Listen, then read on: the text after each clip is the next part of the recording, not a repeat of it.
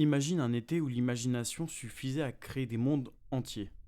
Des vélos abandonnés sur le bas-côté, des amis réunis autour d'une caméra bricolée, et cette sensation unique que l'aventure pouvait surgir à tout moment. Super 8, sorti en 2011, s'inscrit pleinement dans cette nostalgie. Réalisé par Jeffrey Jacobs Abrams et produit par Steven Spielberg, le film se présente comme un hommage assumé à un cinéma d'enfance, celui de l'émerveillement, de la peur et de la découverte.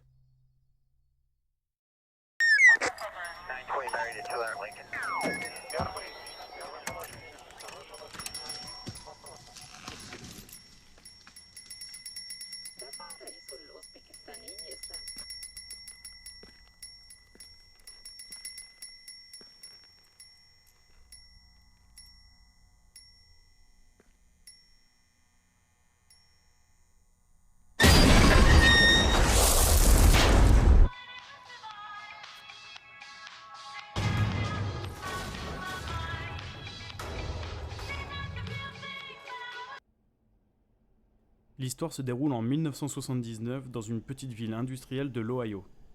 Joe Lamb, un garçon introverti marqué par la mort récente de sa mère, tente de se reconstruire tant bien que mal. Il est incarné par Joel Courtney, dont la performance, pour un premier rôle, se distingue par une grande sincérité. Avec ses amis, Joe passe l'été à tourner un film amateur de zombies en Super 8. Sous la direction enthousiaste et obsessionnelle de Charles, joué par Riley Griffith, mais une nuit, alors qu'ils filment près d'une voie ferrée, tout bascule. Un train déraille violemment sous leurs yeux dans une scène spectaculaire qui marque le point de rupture du récit.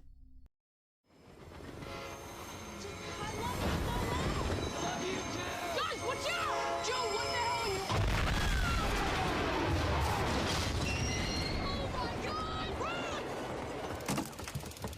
Oh my God!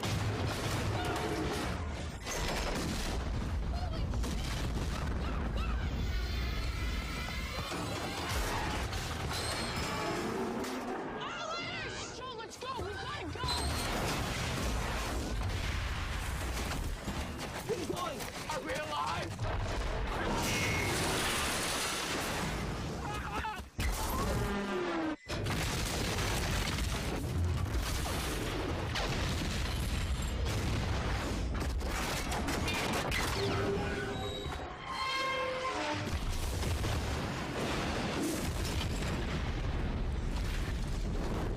I don't want to die!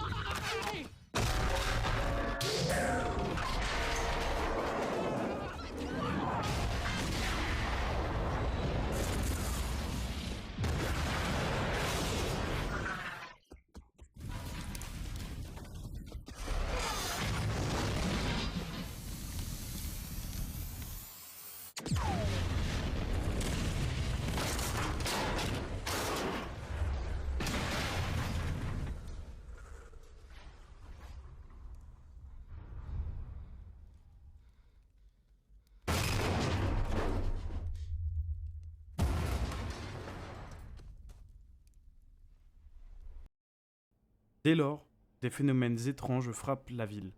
Des objets disparaissent, l'armée s'installe et une présence mystérieuse semble rôder dans l'ombre.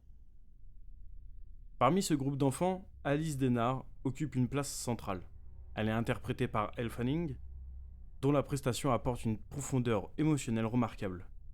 Alice est tiraillée entre son désir de s'échapper de sa condition et le poids d'un père autoritaire rongé par la culpabilité. Sa relation avec Joe, faite de silence, de regards et de maladresse, devient progressivement le véritable moteur du film. À travers elle, Super 8 explore la difficulté de grandir trop vite et le besoin de s'accrocher à l'imaginaire pour survivre au réel. Face à l'énergie et à l'imagination des enfants, les adultes apparaissent comme des figures brisées. Kay Chandler incarne Jackson Lamb, le père de Joe, adjoint au shérif rigide, incapable d'exprimer sa douleur autrement que par la colère et le contrôle. Ron Eldard, dans le rôle du père d'Alice, représente un homme écrasé par la honte. Indirectement responsable de la mort de la mère de Joe, ce contraste entre générations est essentiel. Là où les adultes s'enferment dans le silence et la peur, les enfants comprennent instinctivement ce qui leur échappe. La réalisation de Jeffrey Jacobs Abrams privilégie une caméra souvent placée à la hauteur d'un enfant. Des lumières chaudes, et des contre-jours presque irréels. La créature, longtemps dissimulée, n'est jamais montrée gratuitement. Elle n'est pas un simple monstre, mais une présence chargée de sens. La musique de Michael Giacchino joue un rôle fondamental dans cette approche. Inspirée par les grandes partitions du cinéma d'aventure des années 80, elle enveloppe le film d'une mélancolie constante, renforçant l'émotion plutôt que le spectacle pur.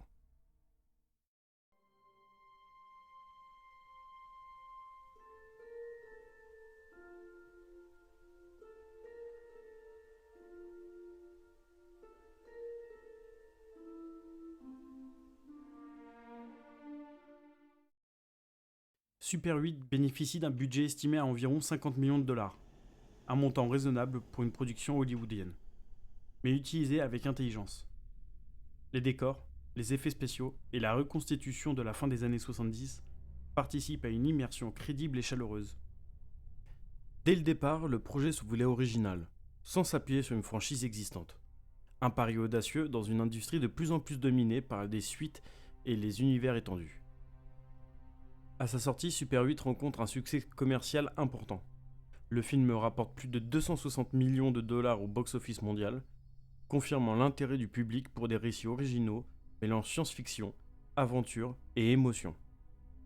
Mais au-delà des chiffres, c'est surtout son atmosphère et son identité qui marquent durablement les spectateurs.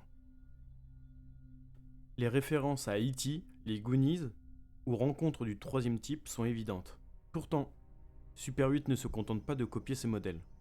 Le film adopte une tonalité plus mélancolique, plus introspective, où l'émerveillement côtoie le deuil et la peur de grandir. Jeffrey Jacobs Abrams ne cherche pas à recréer le passé, mais à dialoguer avec lui. Le tournage de Super 8 est rempli de détails révélateurs de cette volonté de sincérité. Abrams a volontairement caché de nombreux éléments du scénario aux jeunes acteurs, notamment l'apparence de la créature.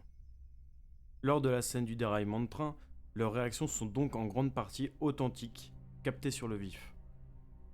Cette scène spectaculaire n'a d'ailleurs pas été réalisée uniquement en images de synthèse. Une véritable locomotive a été lancée à une grande vitesse sur un décor spécialement conçu pour être détruit, donnant naissance à l'un des crashs les plus impressionnants filmés de manière concrète.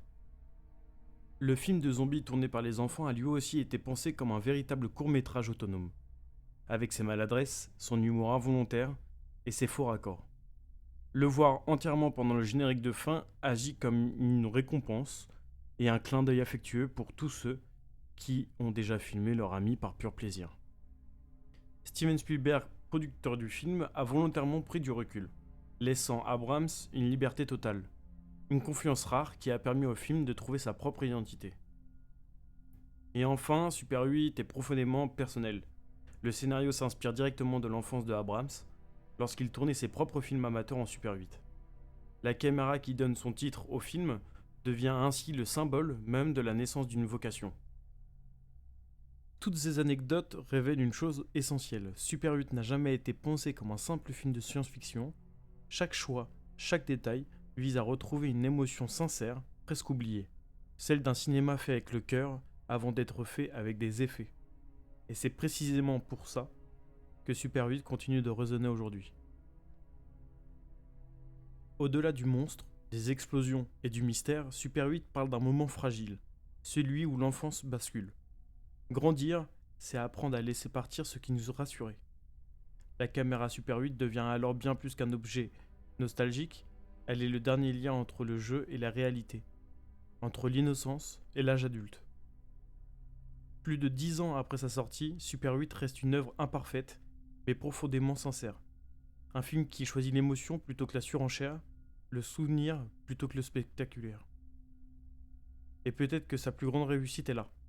Nous rappeler pourquoi nous sommes tombés amoureux du cinéma. Parce qu'avant d'être une industrie, le cinéma était un jeu, une caméra, des amis, un été, et l'impression que tout était possible.